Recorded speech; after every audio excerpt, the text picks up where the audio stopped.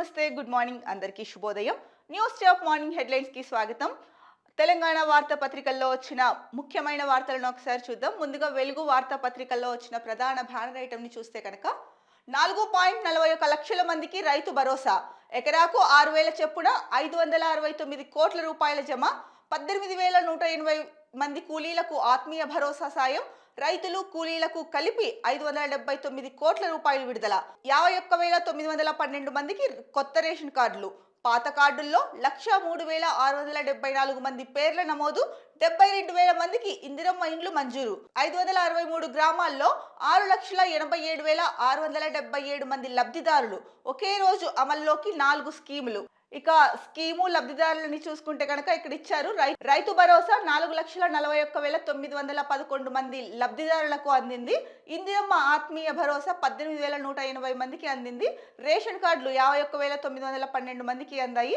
పాత కార్డుల్లో సభ్యుల నమోదు 103,674 మందికి జరిగింది. ఇక ఇందిరమ్మ ఇల్లు 72,000 మందికి అందాయి అని చెప్పేసి వెలుగులో ప్రధానంగా బ్యానర్ ఐటమ్ ఇచ్చారు. ఏదైతే ప్రభుత్వం ప్రతిష్టాత్మకంగా తీసుకొని 4 స్కీమ్స్ ని గణతంత్ర దినోత్సవం రోజున అమలు చేస్తామని చెప్పారో ఆ మాట నిలుపుకున్నారు. కాకపోతే 606 గ్రామాలకే మొదటి విడతగా అంటే ఇచ్చారు.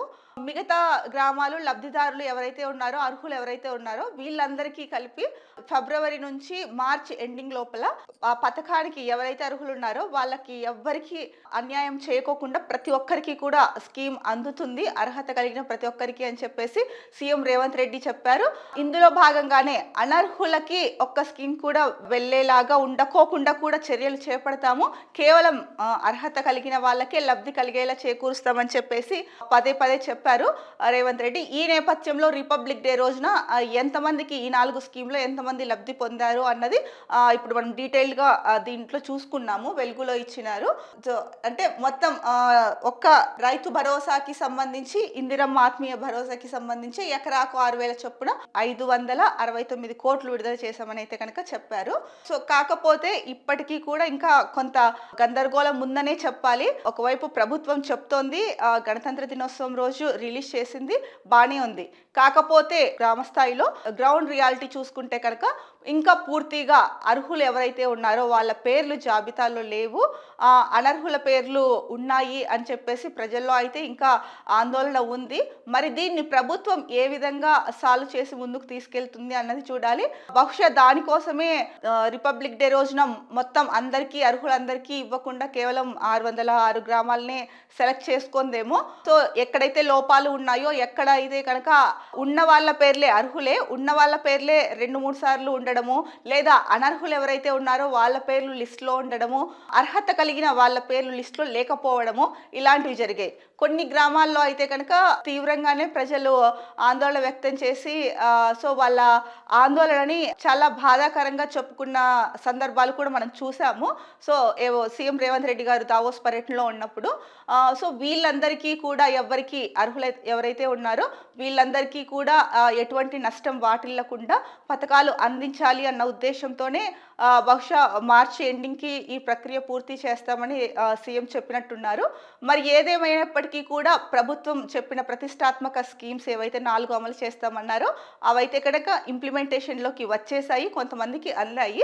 ఇంకా అందాల్సిన లబ్ధిదారులు అయితే చాలా మందే ఉన్నారు. మరి మార్చి 31 లోపు కంప్లీట్ చేస్తామన్నారు. అది ఎంత మాత్రం ప్రభుత్వం నిలబెట్టుకుంటుంది అన్నది చూడాలి. ఎందుకంటే ఫస్ట్ నుంచి కాంగ్రెస్ ప్రభుత్వం చెప్తున్నది ఒకటే, మనం కూడా అదే మాట్లాడుకుంటున్నాము. ప్రభుత్వ విధానము ఫస్ట్ రైతు సంక్షేమం, తర్వాత ప్రజా సంక్షేమం అని చెప్పేసి చెప్తూ ఉన్నారు. ఎందుకంటే ప్రజా సంక్షేమం ఉంటేనే అభివృద్ధి జరుగుతుంది.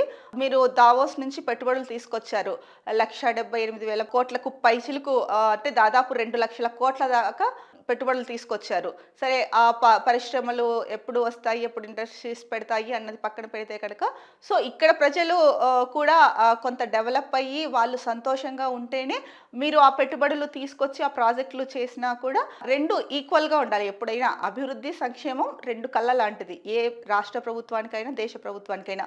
ఈ 2 ఉంటేనే ఆ దేశం కానీ రాష్ట్రం కానీ సమగ్ర అభివృద్ధి చెందిందనే చెప్పొచ్చు. కాబట్టి ఈ నేపథ్యంలో ఈ గందరగోళం ఏదైతే ఉందో సో మీరు ఇచ్చారు బాగానే ఉంది.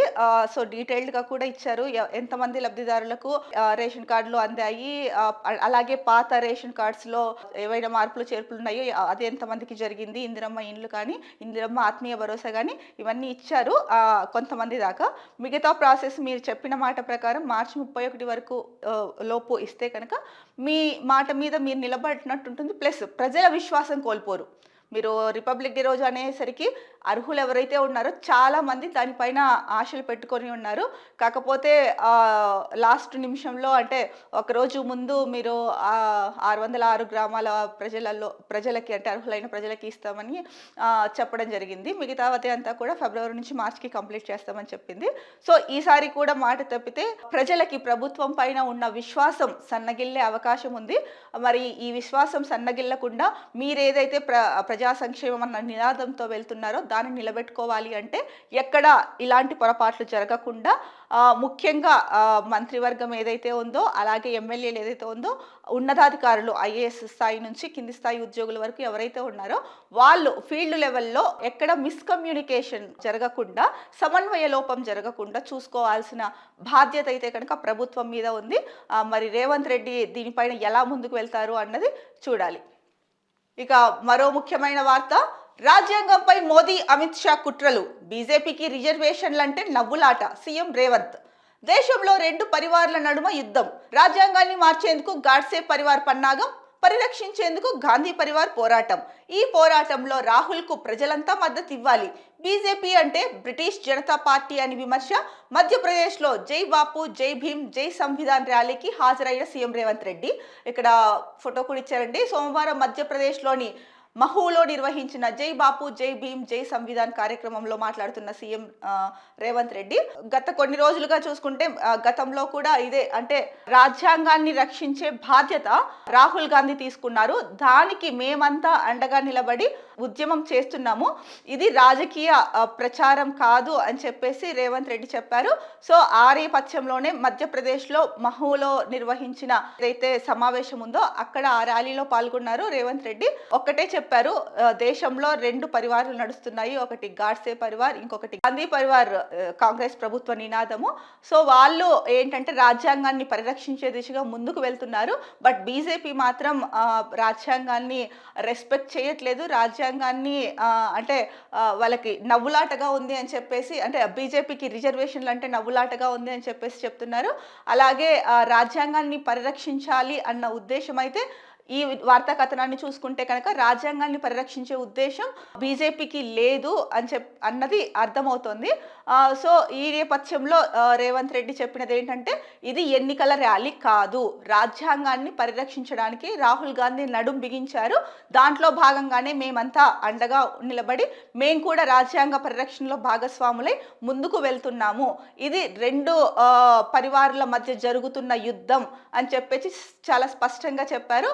అక్కడ మధ్యప్రదేశ్లో ఏదైతే మాహూలో నిర్వహించిన సమావేశంలో దీనికి సంబంధించి ఇంకా రేవంత్ రెడ్డి మాట్లాడినది ఏంటంటే కనుక బీజేపీ అంటే కనుక బ్రిటిష్ జనతా పార్టీ అని చెప్పేసి కూడా అన్నారు. ఇక ఒకటే నినాదంతో వెళ్తున్నారు. ఇది వరకు జై సంవిధాన్తో వెళ్ళారు. సో ఇప్పుడు జై భీమ్ జై బాపు జై సంవిధాన్, ఇప్పుడు వెళ్తున్న నినాదం జై బాపు జై భీమ్ జై సంవిధాన్ ఆ నినాదంతో ముందుకు వెళ్తున్నారు. ఈ నినాదం ముఖ్య ఉద్దేశము రాజ్యాంగాన్ని పరిరక్షించడం అని చెప్పేసి రేవంత్ రెడ్డి స్పష్టం చేశారు. ఇక మరో ముఖ్యమైన వార్త, కులగణన విప్లవాత్మకం, తెలంగాణలో చేసినాం దేశమంతా చేస్తాం రాహుల్. రిజర్వేషన్లలో 50% పరిమితిని ఎత్తేస్తాం. మోదీ సర్కార్కు వ్యాపారులే ముఖ్యమని ఫైర్. రాజ్యాంగ హక్కులు లాగేసుకుంటున్నారంటూ ఖర్గే చెప్పారు. అయితే కులగణన చాలా విప్లవాత్మకం అని చెప్పేసి రాహుల్ గాంధీ చెప్పారు. ఎందుకంటే కులగణన ప్రతి రాష్ట్రంలోనూ ముఖ్యంగా దేశంలోనూ చేస్తే కులగణన సర్వే చేస్తే సో ఎవరు ఏ క్యాస్ట్ వాళ్ళు ఎంతమంది ఉన్నారు అని తెలుస్తుంది. అలాగే వారి ఆర్థిక స్థితిగతులు తెలుస్తాయి. దాని వలన ఎవరికి మనము అంటే ప్రభుత్వము ఎవరికి సంక్షేమ పథకాలు అందించాలి, ఎవరిని వృద్ధిలోకి తీసుకురావాలి, అప్పుడే కదా అందరికీ సంక్షేమ ఫలితాలు సంపూర్ణంగా కరెక్ట్గా అందుతాయి. దానికోసం కులగణన సర్వే చాలా ముఖ్యం. అలాగే బీసీలు ఎంతమంది ఉన్నారు అన్న దానిపైన బీసీ ఎస్సీ రిజర్వేషన్లకి కూడా ఈ కులగణన సర్వే ప్రముఖ పాత్ర పోషిస్తుంది. కాబట్టి కులగణన సర్వే చాలా ఇంపార్టెంట్, చాలా ముఖ్యము అని చెప్పేసి ఫస్ట్ నుంచి రాహుల్ గాంధీ అయితే చెప్తున్నారు. కాంగ్రెస్ ప్రభుత్వం రాష్ట్రంలో కాంగ్రెస్ ప్రభుత్వం చెప్తోంది, అలాగే దేశంలో కాంగ్రెస్ పార్టీ చెప్తోంది. ఈ నేపథ్యంలోనే రాహుల్ గాంధీ మాట్లాడుతూ చెప్పారు, 50% రిజర్వేషన్లు అన్నది ఎత్తేస్తాము. సో తెలంగాణలో కులగణన సర్వే చేశాము, అలాగే దేశమంతా కూడా చేస్తామని చెప్పేసి అన్నారు. రిజర్వేషన్లలో ఏదైతే 50% పరిమితి ఉందో దాన్ని కూడా ఎత్తేస్తామని చెప్పి రాహుల్ గాంధీ చెప్పారు. అలాగే మోదీ ప్రభుత్వానికి సో ప్రజల కన్నా కూడా వ్యాపారులే ముఖ్యం, అంటే ఎవరైతే పెద్ద పెద్ద స్థాయిలో పారిశ్రామికవేత్తలు ఉన్నారో వాళ్ళే ముఖ్యము అని చెప్పేసి ఫైర్ అయ్యారు. ఎందుకంటే మోదీ పైన ఇలాంటి వార్తలు ఈ మధ్య కాలంలో ఎక్కువగానే వస్తున్నాయి, వార్తా కథనాలు. ఏంటంటే మోడీ ఎంతసేపు కూడా పెద్దవాళ్ళకి దోచి పెడుతున్నారు, ఏదైనా కూడా వాళ్ళకే ఎక్కువ ప్రయారిటీ ఇస్తున్నారు అన్న వార్తా కథనాలు సోషల్ మీడియాలో కూడా మనం చాలానే చూసాము. ప్రజల్లో కూడా చాలా మందిలో ఈ అభిప్రాయం ఉంది. మోడీ సర్కారు అంటే ఒకప్పటిలాగా కాదు, ఇప్పుడు ఏంటంటే కనుక ఎవరైతే ప్రముఖులు తనకి కావాల్సిన వాళ్ళు ఉన్నారో వాళ్ళపైన చూపించే శ్రద్ధ సామాన్య ప్రజానీకం మీద చూపించట్లేదు అన్న ఒక వాదన అయితే కనుక ప్రజల్లో వినిపిస్తోంది. మరి మోదీ సర్కార్ దీన్ని ఎలా సరిదిద్దుకుంటుంది అన్నది చూడాలి. అలాగే ఆంధ్రప్రదేశ్లో కూటమి ప్రభుత్వంలో బీజేపీ ఉంది, అలాగే ప్రతి రాష్ట్రంలో కూడా బీజేపీ పార్టీ ఉంది, కొన్ని రాష్ట్రాల్లో బీజేపీ అధికారంలో ఉంది.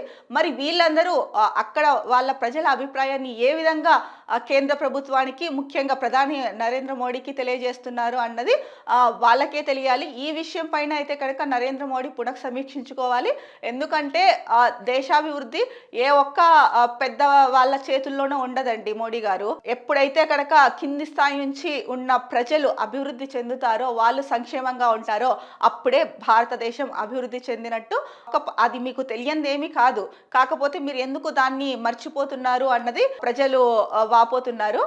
ఎందుకు అంటే ఉన్న వాళ్ళకే పెట్టి వాళ్ళని పెంచి పోషించడం ఏంటి, కింది స్థాయి వాళ్ళని పైకి తీసుకురావాలి కదా, అంతే కదా. ఇప్పుడు నేలలో కూరుకుపోయింటారు, వాళ్ళకి ఆపన్న హస్తం చేయి అందించి పైకి తీసుకొస్తేనే కదా వాళ్ళు బయటికి రాగలుగుతారు, లేదంటే అలా కూరుకుపోతారు కదా. సో ఈ పని ఎందుకు మోదీ చేయట్లేదు అని చెప్పేసి ప్రజల్లో అయితే కనుక చాలా ఇదిగా ఉంది మోడీ ప్రభుత్వం పైన.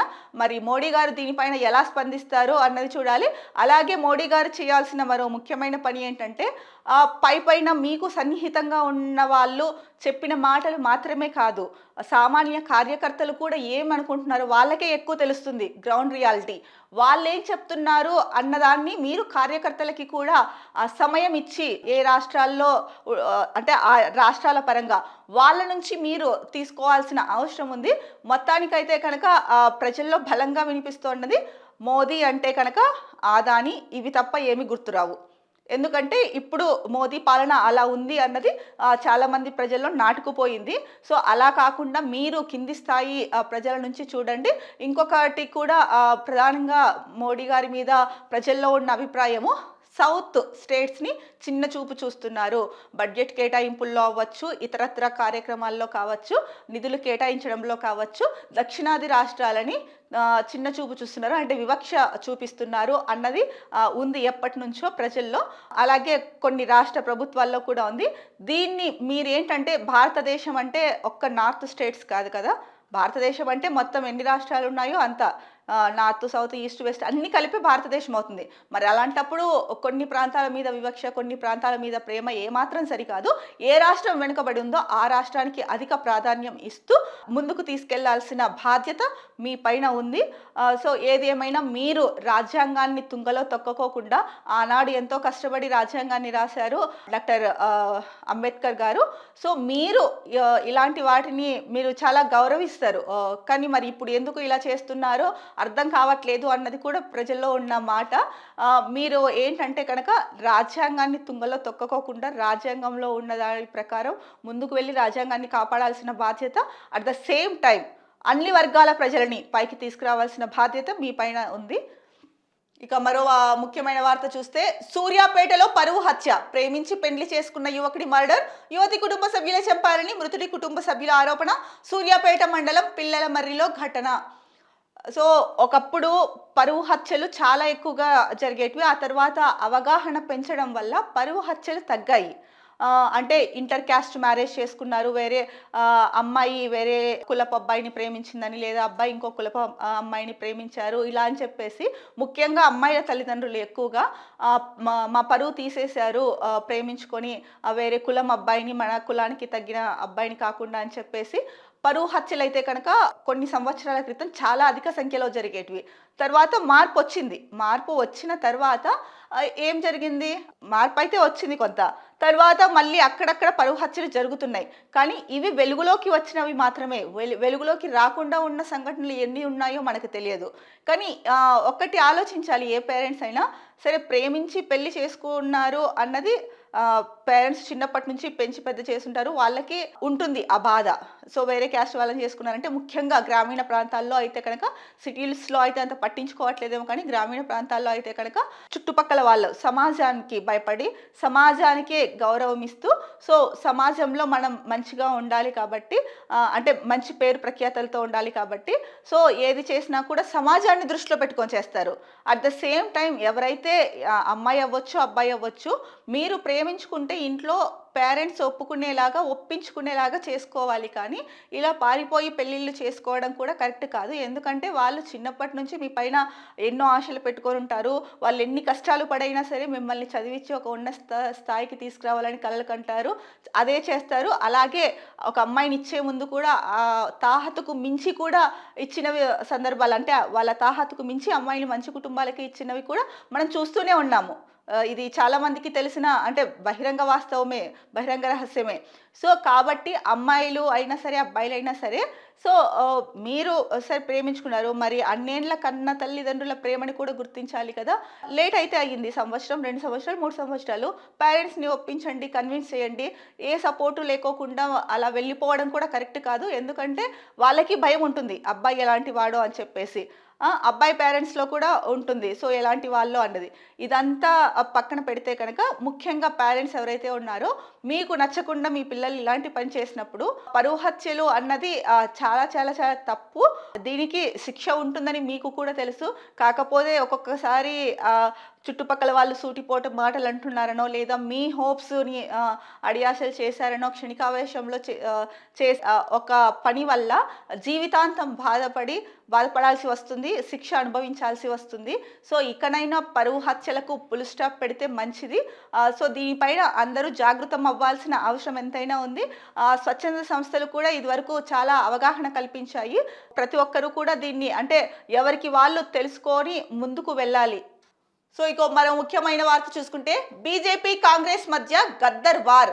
నక్సల్ భావజాలం ఉన్న గద్దర్కు పద్మ అవార్డు ఎందుకు ఇయ్యాలి? కేంద్ర మంత్రి బండి సంజయ్ 100 మంది బీజేపీ కార్యకర్తలను ఆయన పొట్టన పెట్టుకున్నారని వ్యాఖ్య. బండి సంజయ్ కామెంట్లపై కాంగ్రెస్ నేతల మండిపాటు. గద్దర్ను ఆలింగనం చేసుకున్నప్పుడు భావజాలం ఏమైంది? PCC chief Mahesh Goud. బండి సంజయ్ ఏడుపు గద్దరపైనో ఈటలపైనో అర్థమైతలే. విప్ ఆది శ్రీనివాస్. ఆ కామెంట్లు రాష్ట్రపతిని ప్రధానిని అవమానించడమే. ఎంపీ చామల.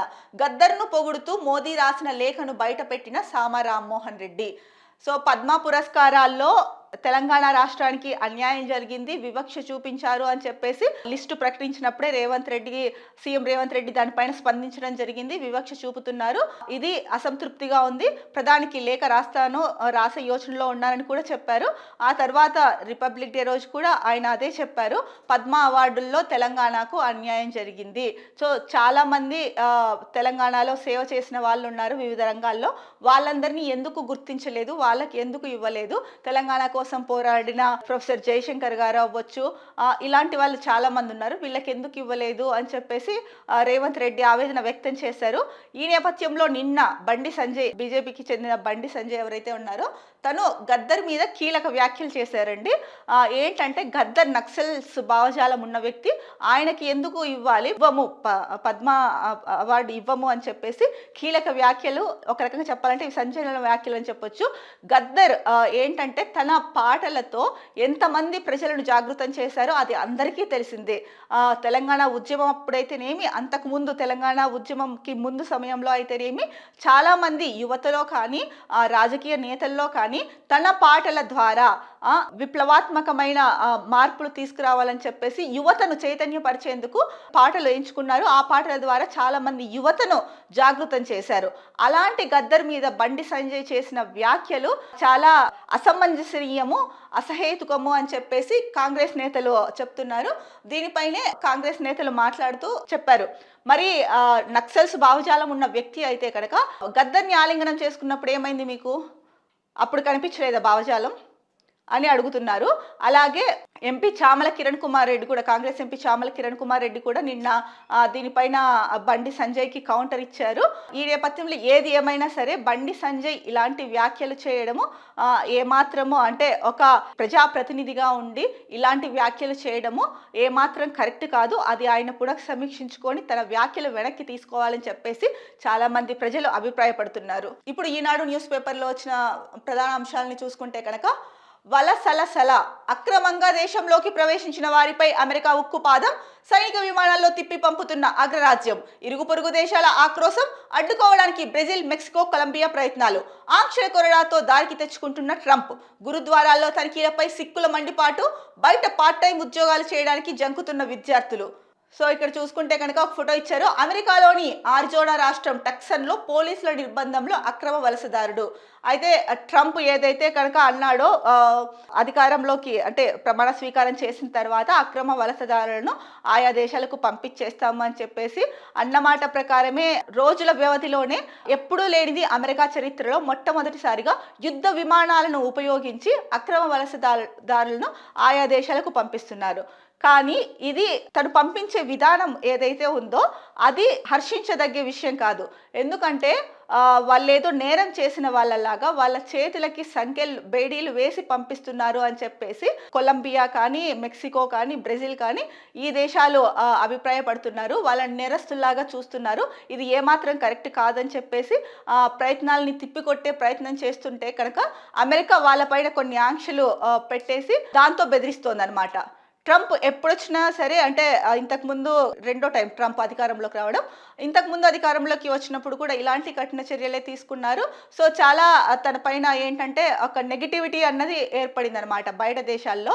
తర్వాత ఇప్పుడు తను తీసుకుంటున్న నిర్ణయాలు కూడా అలాగే సంచలనాత్మకంగా మారాయి. అసలు ప్రపంచానికే చిచ్చు పెడతాడా అన్నట్టు చాలా మంది భావనని వ్యక్తం చేస్తున్నారు అక్కడున్న వాళ్ళు, అక్కడి నుంచి వచ్చేసిన వాళ్ళు. ఎందుకంటే ఇప్పుడు మీరు అక్రమ వలసదారుల్ని పంపించాలనుకున్నారు. అవును, ఎవరైతే సరైన పత్రాలు లేకుండా దేశంలోకి వచ్చారో వాళ్ళని పంపించాలి. ఏంటంటే ఎవరు ఏంటి అన్నది తెలియదు కాబట్టి. కాకపోతే మీరు చేయాల్సింది వాళ్ళకు కొంత టైం ఇవ్వడమో, లేకపోతే ఆయా దేశాలకి చెప్పాలి, మీ వాళ్ళని అంటే మీ దేశ ప్రజలని పంపిస్తున్నాము, మీరు స్వీకరించండి అని చెప్పేసి ఒక సామరస్యపూర్వకంగా వెళ్ళాల్సిన దాన్ని మీరు వాళ్ళు నిజంగా నేరం చేస్తే సంఖ్యలు వేసి పంపించినట్టు పంపించడం అది ఏమాత్రం కరెక్ట్ కాదు. అది చాలా అవమానకరం ఆయా దేశాలకి, ఆయా దేశ ప్రజలకి కూడా. సో అమెరికా సరిహద్దు దేశాలు ఏవైతే ఉన్నాయో మెక్సికో కానీ, బ్రెజిల్ కానీ, కొలంబియా కానీ, గ్వాలెమాటా కానీ, ఈ దేశాలన్నీ కూడా తీవ్ర ఆగ్రహం వ్యక్తం చేస్తున్నాయి. డిపోర్టేషన్ చేస్తే కనుక యుద్ధ విమానాల్లో కొలంబియా 2 విమానాలని తిరస్కరించింది. కానీ ఈ మెక్సికో, బ్రెజిల్ ఇవి ఏవైతే సరిహద్దు దేశాలు ఉన్నాయో వీళ్ళు దీన్ని వ్యతిరేకిస్తుంటే కొన్ని ఆంక్షలు పెట్టేసి ట్రంప్ కొన్ని ఆంక్షలు పెట్టేసి భయపెట్టిస్తున్నట్టు చేస్తున్నారు అనమాట. ఇంకా అలాంటప్పుడు ఏమీ చేయలేని పరిస్థితి ఆ దేశాలది. మరి ట్రంప్ తీసుకున్న నిర్ణయం మంచిదైనప్పటికీ తను వెళ్తున్న విధానం మంచిది కాదన్నది చాలా మంది నిపుణులు అభిప్రాయపడుతున్నారు. ఏది ఏమైనా సరే ట్రంప్ ఇలా చేయడం కరెక్ట్ కాదు. అంటే అక్రమ వలసదారులను పంపించడం మంచిదే, బట్ ఈ రకంగా వాళ్ళని ఏదో నేరగాళ్ళలాగా చూసి పంపించడం అయితే మాత్రం సమంజసనీయం కాదు. ఇది ప్రపంచ దేశాలతో అంటే సామరస్యపూర్వకంగా మెలగడానికి ఏమాత్రం దోహదపడదు. అమెరికా ఇప్పుడు ఎవరైతే అమెరికా అధ్యక్షుడు ఉన్నారో ట్రంప్ ఇది గుర్తు పెట్టుకోవాలి. అంతేకాని సో నేను చెప్పాను కదా చేసేయాలి అని చెప్పేసి ఇష్టం వచ్చినట్టు అలా ప్రవర్తిస్తే కనుక తనకి ఇతర దేశాలతో ఉన్న సత్సంబంధాలు దెబ్బతినొచ్చు. అమెరికా ఎంత అభివృద్ధి చెందిన దేశమైనా అవ్వచ్చు. కానీ ఇతర దేశాలతో సఖ్యత లేకపోతే కనుక అంటే ముందుకు వెళ్ళలేరు. ట్రంప్ ఈ విషయాన్ని గుర్తెరిగి ప్రజల గురించి కూడా ఆలోచించాల్సిన అవసరం ఎంతైనా ఉంది. మీరు నిజంగా చొరబాటుదారులు ఎవరైతే ఉండి అమెరికాకు నష్టం చేకూరుస్తున్నారో నేరగాలని, అటువంటి వాళ్ళపైన చర్యలు తీసుకోండి. అది 100% కరెక్ట్. అది చేయాల్సిన పని కూడా. అక్రమ వలసదారులను కూడా పంపించాలి. ఎందుకంటే సరైన పత్రాలు లేకుండా ఎవరైతే ఎంటర్ అయ్యారో వాళ్ళని. కాకపోతే మీరు పంపించే విధానం ఏదైతే ఉందో అది ప్రపంచ దేశాలు వ్యతిరేకించేలాగానే ఉంది. సో చాలా మంది నిపుణుల అభిప్రాయం కూడా ఇదే. మరి ట్రంప్ ఎందుకు ఇలా ప్రవర్తిస్తున్నాడో అనేది ఆయన విచక్షణకే వదిలేయాల్సిన విషయం. ఇక మరో ప్రధాన వార్త చూసుకుంటే కనుక ఆర్టీసీలో మోగనున్న సమ్మె సైరన్. ఫిబ్రవరి 9 లేదా ఆ తర్వాత ఎప్పుడైనా యాజమాన్యానికి జేఏసీ నోటీసు. ఆర్టీసీలో సమ్మె సైరన్ మోగనుంది. ఫిబ్రవరి 9న లేదా ఆ తర్వాత ఎప్పుడైనా సమ్మెకు దిగడానికి టీజీఎస్ఆర్టీసీ జేఏసీ సిద్ధమవుతోంది. ఈ మేరకు ఆర్టీసీ యాజమాన్యానికి సోమవారం సమ్మె నోటీసు అందింది. హైదరాబాద్లోని బస్ భవన్లో ఆపరేషన్స్ ఈడీ మున్షేఖర్కు సమ్మె నోటీసుతో పాటు 21 డిమాండ్ల పత్రాన్ని అందించారు. నోటీస్ అందించిన వారిలో కొంతమంది సభ్యులు ఉన్నారు. ఏంటంటే వీళ్ళు ప్రధానంగా చెప్తున్నారు, జేఏసీ తరఫున ఒక నోటీసుతో పాటు 6 సంఘాల ప్రతినిధులు ఎవరికి వాళ్ళు నోటీసులు అందించారు. రాష్ట్రంలోని అన్ని డిపో యూనిట్లలో నిర్ణయించిన రోజు మొదటి డ్యూటీ నుంచి సమ్మె మొదలవుతుందని నోటీసుల్లో వెల్లడించారు. అసలు ఎందుకు వీళ్ళు సమ్మె చేస్తున్నారు అన్నది ఒకసారి చూస్తే, తమ డిమాండ్లను పరిష్కరించడం లేదంటే రాష్ట్ర ప్రభుత్వం ఆర్టీసీ ఏదైతే ఉందో ఆర్టీసీ శాఖ నెరవేర్చలేదు. ఈ డిమాండ్లను సీఎం, మంత్రులు, అధికారుల దృష్టికి తీసుకెళ్లినా సరే వాళ్ళు స్పందించట్లేదు. దాని కారణంగానే సమ్మెకు దిగుతున్నట్లు కార్మిక సంఘాల ప్రతినిధులు తెలిపారు. ముఖ్యంగా ఏదైతే ఎలక్ట్రిక్ వాహనాలు ఉన్నాయో ఎలక్ట్రిక్ బస్సులు, అద్దె వాహనాలు, ఆ విషయంలో కార్మిక సంఘాలు గుర్రుగా ఉన్నట్లు సమాచారం అని చెప్పేసి ఈనాడులో ఇచ్చారండి. అంటే ప్రధానంగా ఆర్టీసీలో మోగనున్న సమ్మె సైరన్ అంటే ఫిబ్రవరి 9 లేదా ఆ తర్వాత ఎప్పుడైనా సరే, ఫిబ్రవరి 9 నుంచి లేదా ఆ తర్వాత ఎప్పటి నుంచి అయినా సరే తెలంగాణ ఆర్టీసీలో సమ్మె జరగనుంది అని చెప్పేసి జేఏసీ నేతలు అయితే కనుక నోటీసులు ఇచ్చారు సంబంధిత అధికారులకు. మేము ఫలానా రోజు నుంచి సమ్మె చేయబోతున్నాము అనేసి. దీనికి ప్రధాన కారణం ఏంటంటే కనుక ఆర్టీసీలో వర్క్ చేస్తున్న కార్మికులు ఎవరైతే ఉన్నారో వాళ్ళ డిమాండ్లను ఎన్నిసార్లు తీసుకెళ్ళినా కూడా అధికారుల దృష్టికి స్పందించలేదు. అంతేకాదు ఏకంగా సీఎం దృష్టికి, మంత్రుల దృష్టికి తీసుకెళ్లినా సరే వాళ్ళు కూడా స్పందించలేదు. ఇంకొకటి, ఎలక్ట్రిక్ వాహనాలు ఏదైతే ప్రవేశపెట్టిందో తెలంగాణ రాష్ట్ర ప్రభుత్వం, ఎందుకంటే మహిళలకు మహాలక్ష్మి పథకం కింద ఆర్టీసీలో ఉచిత ప్రయాణం అందిస్తోంది. సో దీంట్లో భాగంగా ఎలక్ట్రిక్ బస్సుల్ని వాడుతోంది. దానివల్ల ఆర్టీసీకి చాలా లాభం వచ్చిందని గతంలో స్వయాన రేవంత్ రెడ్డి గారే చెప్పారు. సో ఈ వాహనాల పైన కూడా కార్మికులు కోపంగా ఉన్నారు అని చెప్పేసి సమాచారం అందుతోంది. మరి ఎందుకు ఆర్టీసీ అంటే ఎలక్ట్రిక్ వాహనాలు తీసుకురావడం మీద గుర్రుగా ఉన్నారు అన్నది పూర్తిగా వాళ్ళు చెప్తే కానీ తెలియదు. మొత్తానికైతే కనుక వాళ్ళ సమస్యలు పరిష్కరించకపోవడం వల్లే జేఏసీ వాళ్ళు నోటీసులు ఇచ్చారు, సమ్మె చేస్తామని. ఈ నేపథ్యంలోనే సమ్మెకు దిగుతామని చెప్పారు. మరి టైం ఇంకా ఉంది, ఫిబ్రవరి 6 నుంచి అన్నారు.